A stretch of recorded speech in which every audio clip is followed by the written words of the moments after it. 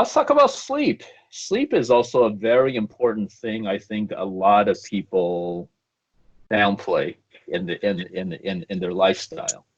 I think America does because we're just like go Right. go nation. Yeah. Right, because we always put more emphasis on activities, on work, on getting things done, Yep. and I think a lot of times is that sleep becomes an afterthought. Yep. Okay, so if you have nothing better to do, if you have nothing more to accomplish, that's when you sleep. Hmm. Well, it turns out that that doesn't seem to be the case because the less sleep you get, the less productive you become. Yep. And for anybody out there that's watching, the 5 subscribers I'm hoping that we have by the end of the year,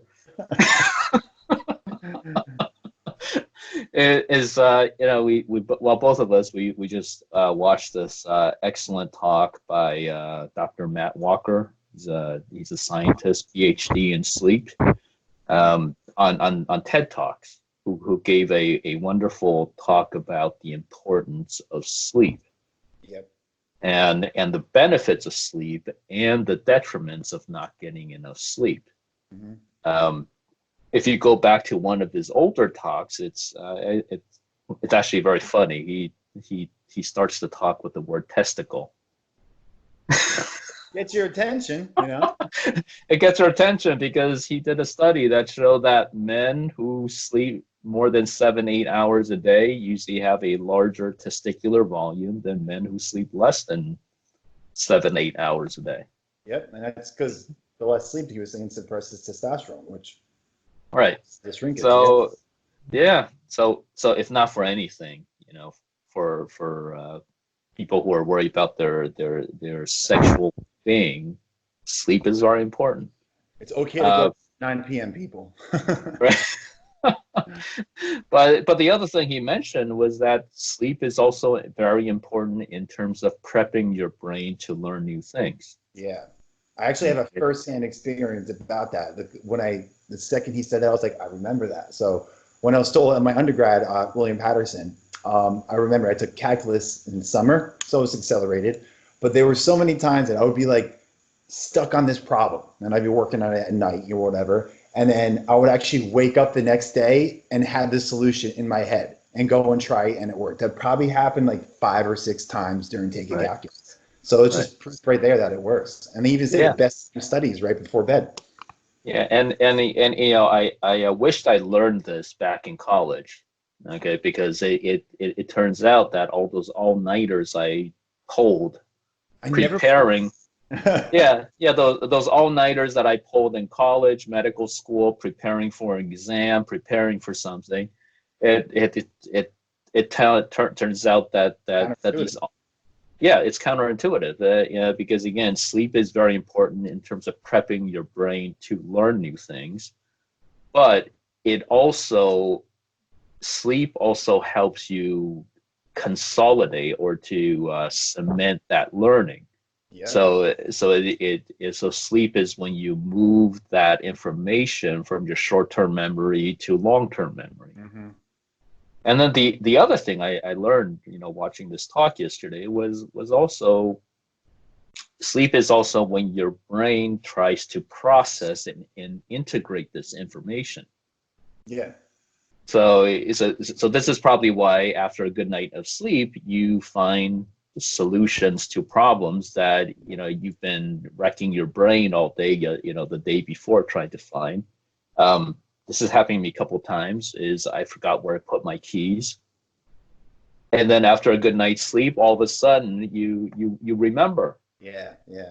Well, they say the whole key to learning is for your brain to make those associations with prior knowledge. Like that's how it's like you're not creating a new memory. It's like you're connecting it with prior learned experiences. And that's really, once you make those associations, it's harder to forget new information, you know? Right. There's also this concept of people being early birds and night owls. People have different sleep rhythms, and if you're out of your sleep rhythm, it also tends to make you feel more tired too. Mm. So let's say if you're a night owl and you like to stay up late at night, well, spend some time sleeping in the morning. Yeah. Okay, if you're an early bird, try to get to bed a little earlier so you can wake up earlier, as to be more in sync with that natural rhythm of your body. Yep, fully agree.